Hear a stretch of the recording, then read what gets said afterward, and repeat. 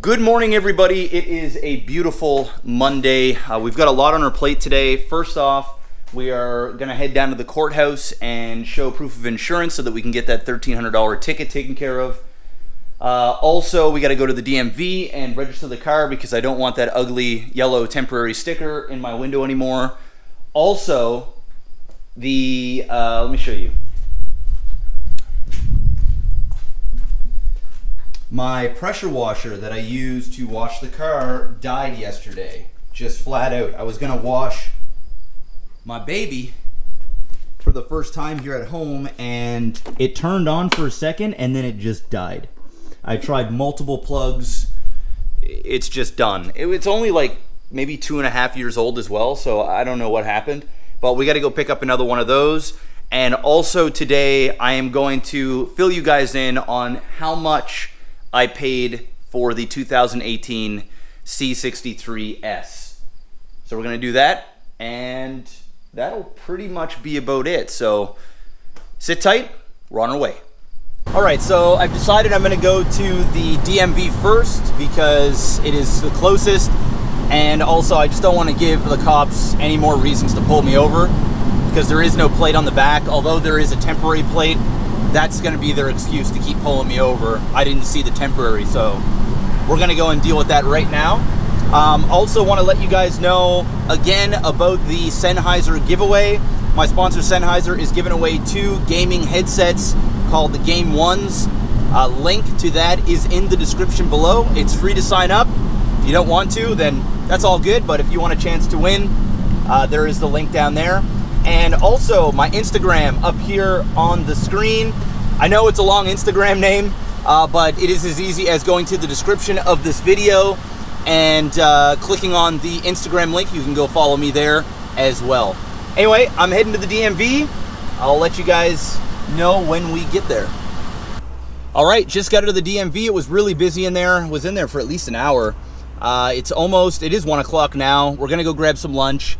Got temporary plates. They're gonna send me new custom plates. It's gonna take 4 to 6 weeks to get it in the mail. But everything is good, so we're good there.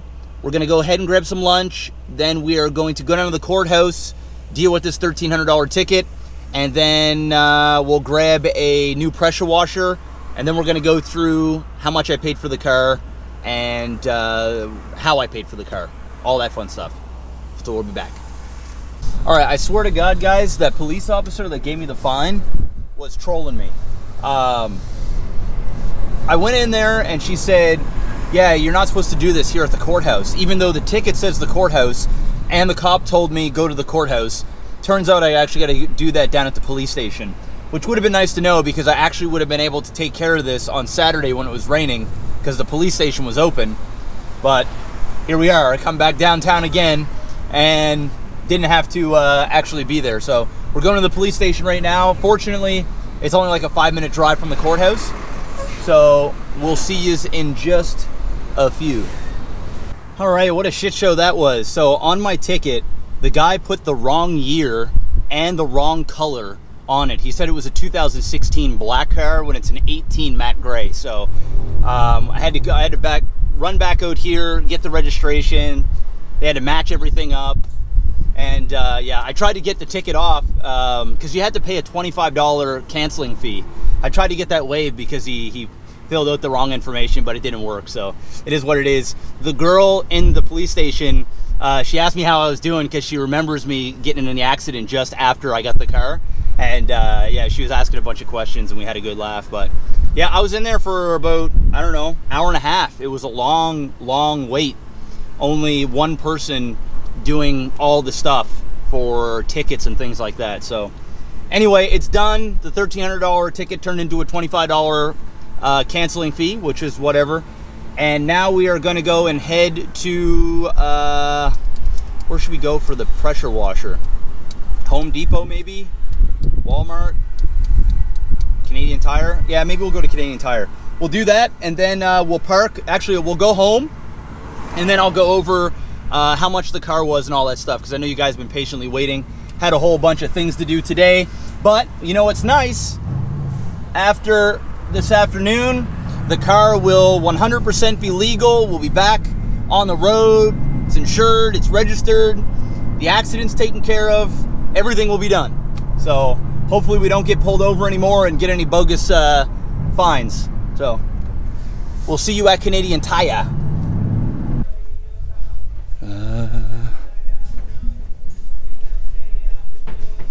Right here.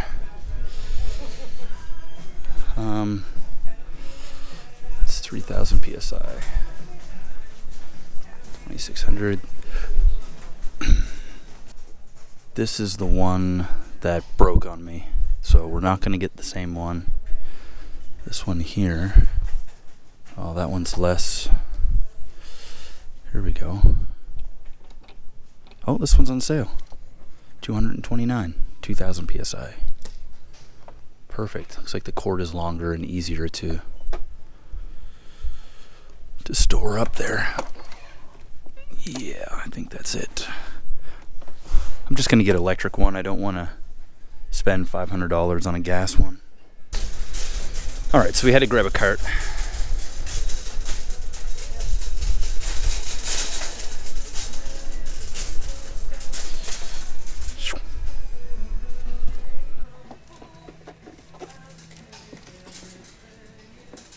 So let's go.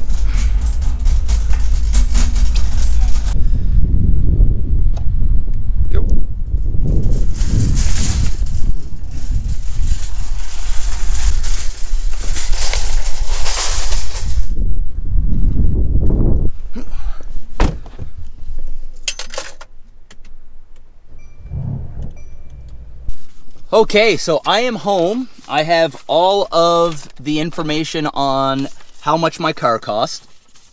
Let's just jump right into it. I'm going to go ahead and show you the kind of the sticker price that they would put on the windshield. They gave that to me. I'm just folding it in half because there's a bunch of personal info on the other side. But I don't know if that's going to be focused or not. I paid $108,900 before tax for my vehicle. Now, the reason why my car costs so much is I got a bunch of add-ons. The price of the car just by itself, like base, is $86,300. And then I got a bunch of different add-ons on the car. So for example, I got the matte gray paint, which cost me an extra $2,500. And of course, this is all Canadian dollars. So for those who are like, oh my God, you got ripped off, it's Canadian dollars. The US dollar is 25 to 30% more stronger than the Canadian dollar.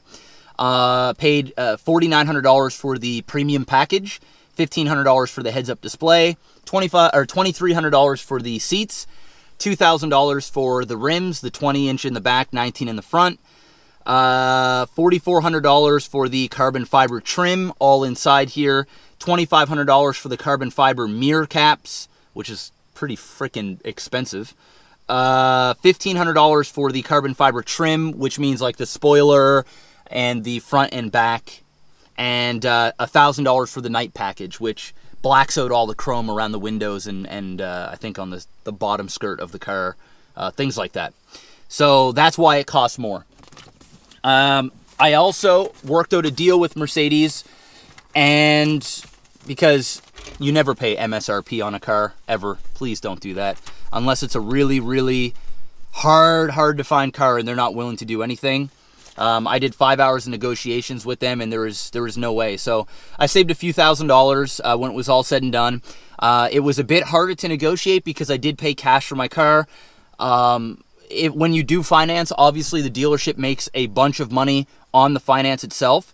So, you know, for example, if I did finance the car and I put $30,000 down with my trade-in, they would have made $8,400 in interest on 4.9%. If I did it, and that's on a 4-year. If I did it on a 5-year, they would have made $10,552. Now, if I financed it, I could have got a little bit of a better deal. And of course, I could have financed the car and then a month later just paid it off.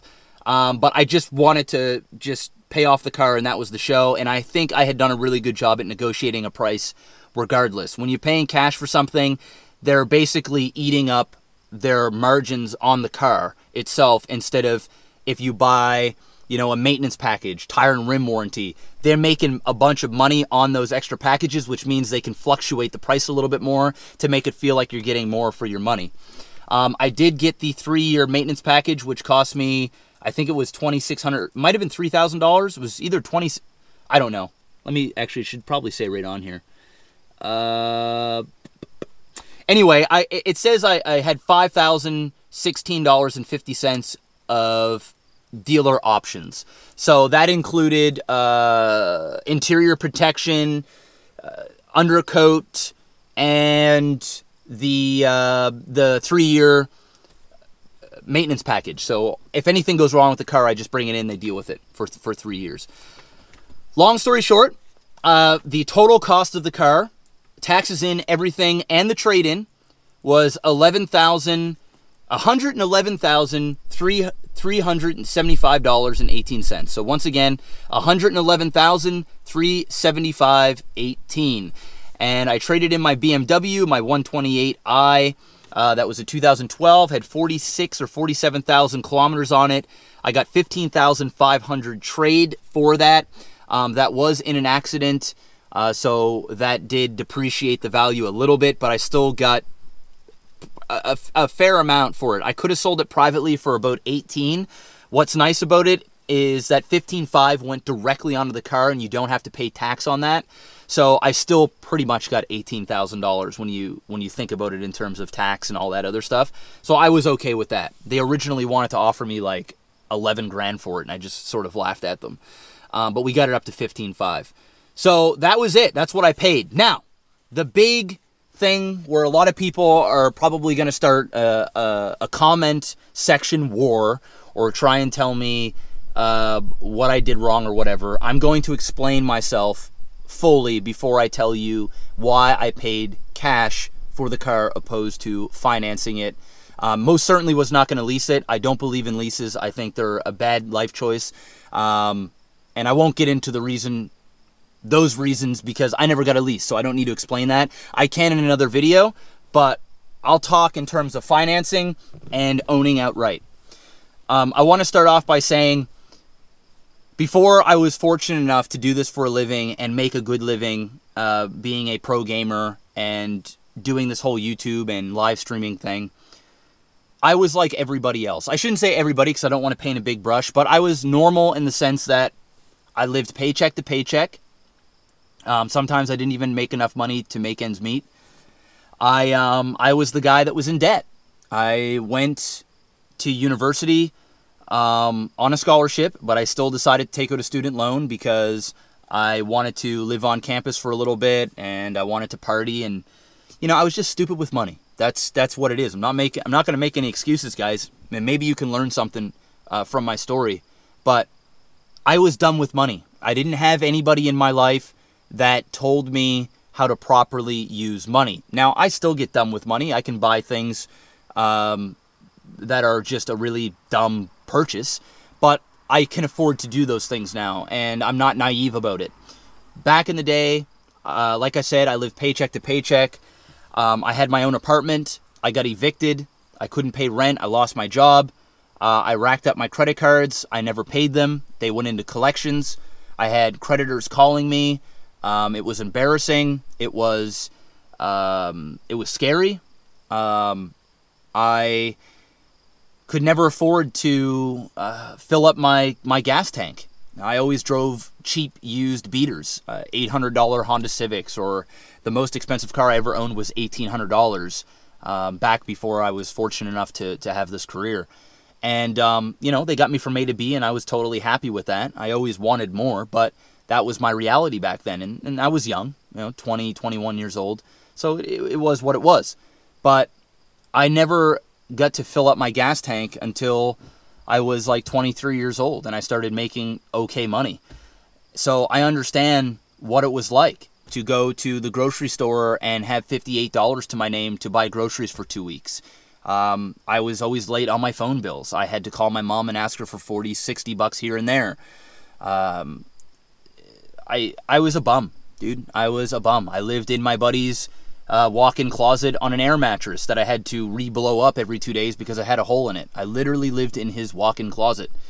and I never paid rent. I never did my fair share. I was a leech. I was a bum. And when I finally got a job and I started listening to audiobooks and just changed the way I thought about money, I wanted to own things. I didn't want them to own me.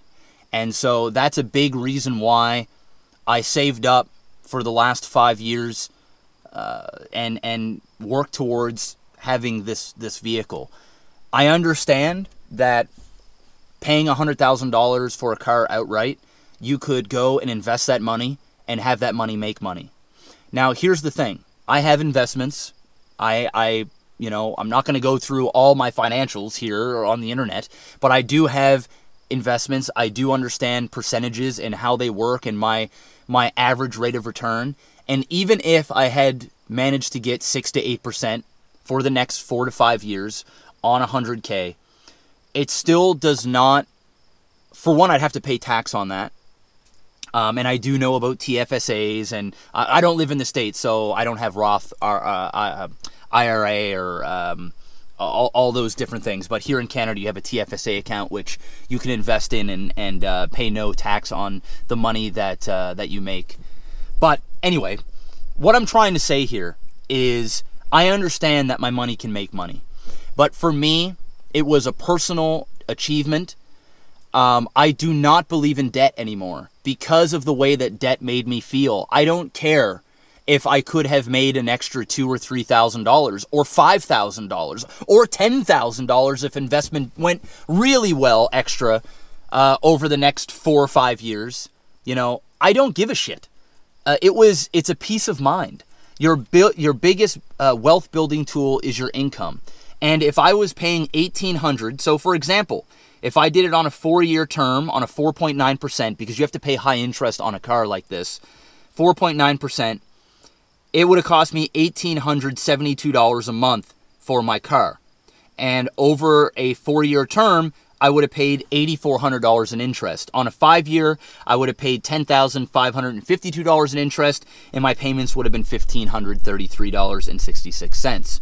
And that is with a $30,000 down payment and the $15,005 trade-in for my BMW.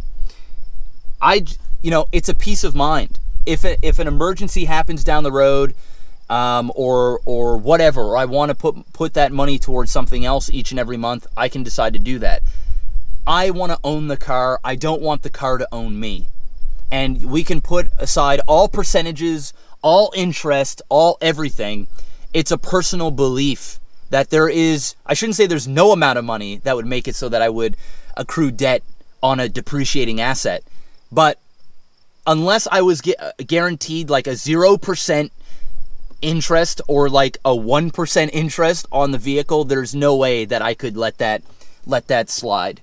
I just wanted to get rid of it. I saved up to be able to do this, and I am a firm believer, for me, that I don't buy anything that I can't afford to pay for in cash.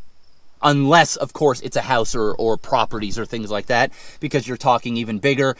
But houses and stuff like that appreciate in value for the most part. Before somebody says, well, it depends where you live. Well, for the most part, houses appreciate in value, cars don't. And I just don't pay interest on depreciating things. I just don't. And if you are to buy a car this expensive, you ought to better be able to afford it. And that's the way that I look at it. Now, for people out there that do finance, I'm not telling you how to run your life. There's nothing wrong with it. Literally, it's just a code that I live by.